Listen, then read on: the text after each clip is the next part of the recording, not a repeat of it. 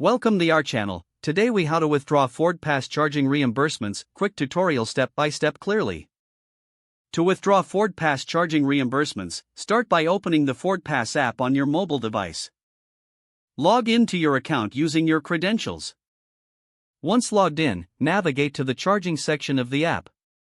Look for the option labeled Reimbursements or Charging History. Tap on it to view your available reimbursements. Select the specific reimbursement you wish to withdraw. Review the details to ensure accuracy before proceeding. Next, tap on the Withdraw or Request Withdrawal button. You may need to choose your preferred payment method if prompted. Follow any additional prompts to complete the withdrawal request. After submitting, you will see a confirmation message on the screen. Check your email for a confirmation of your withdrawal request.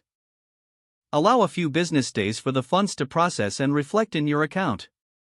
If you encounter any issues, refer to the app's help section or contact customer support.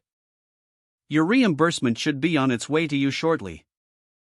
If the page does not load, refresh the browser or try again in a private or incognito window. Make sure you are using the correct email address, then retype it carefully to avoid small typos. If your password is not accepted, use the reset option and create a new strong password you can remember. Check your spam folder for verification or security emails, then complete any requested confirmation steps. Enable two-factor authentication if available to improve account security and reduce unauthorized access risk. After signing in, review your profile details so your contact information and settings are accurate and current. If you see an error message, note it down and try again after restarting your device and internet connection. Log out when you finish, especially on shared devices, to keep your account and payment information secure. If the page does not load, refresh the browser or try again in a private or incognito window. Make sure you are using the correct email address, then retype it carefully to avoid small typos.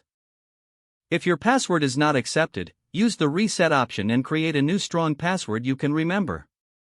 Check your spam folder for verification or security emails, then complete any requested confirmation steps.